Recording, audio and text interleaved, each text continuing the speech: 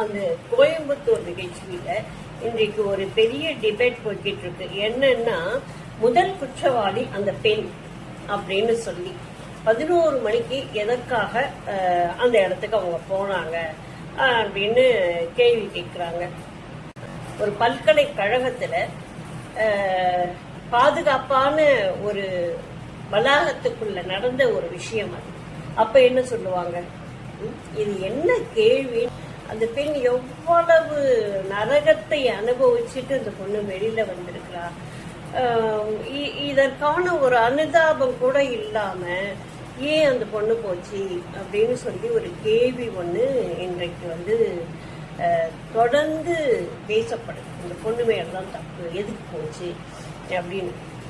உண்மையிலேயே இந்த வாதம் ஓரளவுக்கு நம்மளுடைய பொண்ணாங்க நம்ம நிச்சயமா சொல்லுவோம், இந்த இடத்துக்கு போகக்கூடாது, இப்படி இருக்கக்கூடாது, இரவு 8 மணிக்கு மேல வேற எங்கேயும் வெளியில போகக்கூடாது, நிறைய நம்ம புத்திமதி சொல்லுவோம்.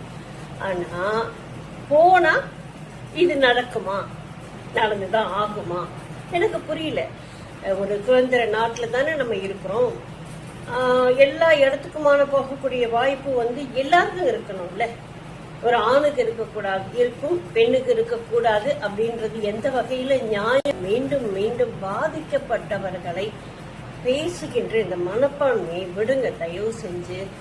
பாதிக்கப்பட்டவர்களுக்காக நீங்க பரிதாபப்பட வேண்டாம், அல்லது அவங்களை கேலி கிண்டலும் பண்ண வேண்டாம்.